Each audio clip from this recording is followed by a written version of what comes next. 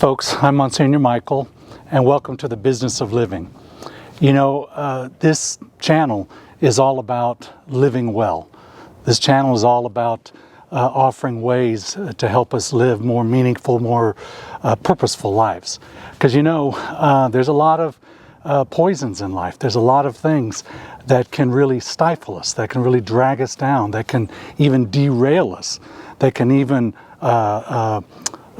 chip away at our faith.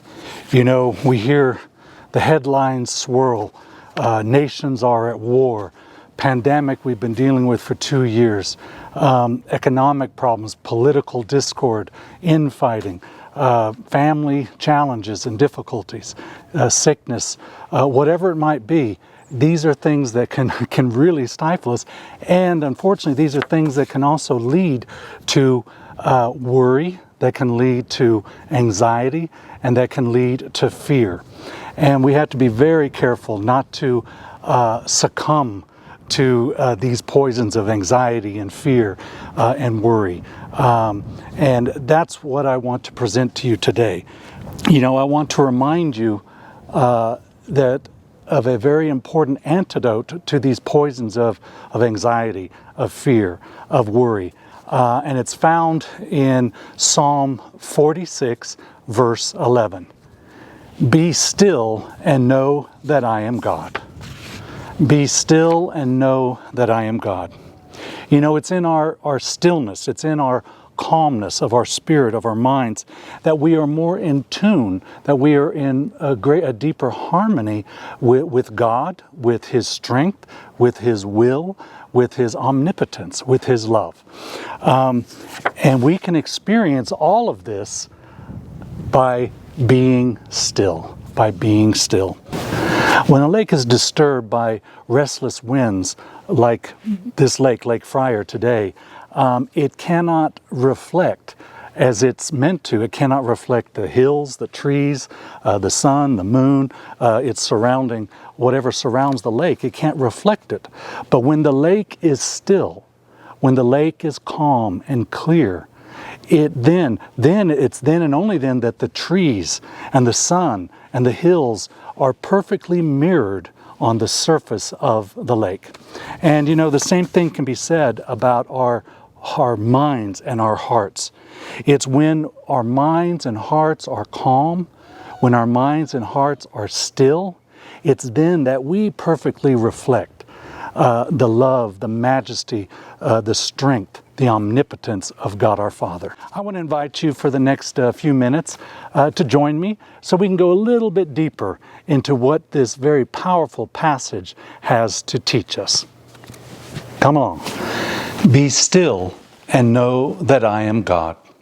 The word still is a translation of the Hebrew word rapa, meaning to slacken, to let down, or to cease.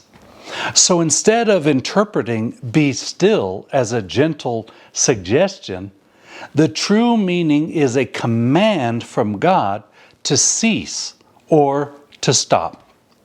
You know, it's easy to be fearful when things aren't going well, or when we are faced with challenges and conflict in our life.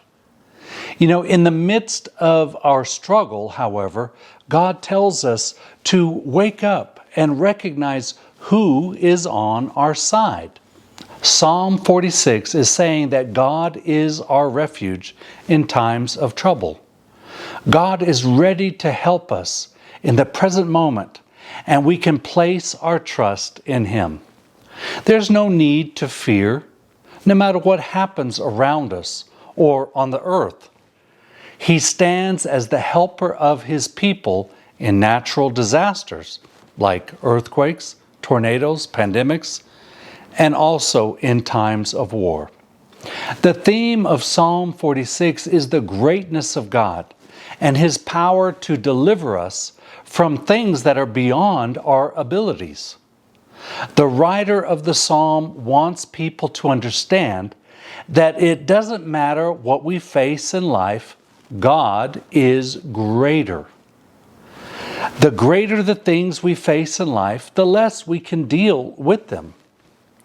We are to stop being anxious, worrying, and being fearful, and allow God to take His rightful place as Savior and Deliverer in our lives.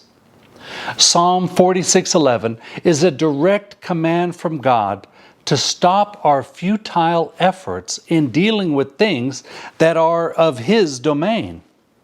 He asks us to stop and stand in awe of Him and His mighty power.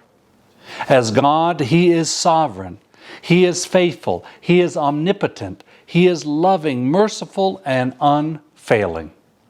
In the midst of conflict and life turmoil, sometimes we just need to open our eyes, step back, stop what we are doing, and acknowledge who God is and what He can do.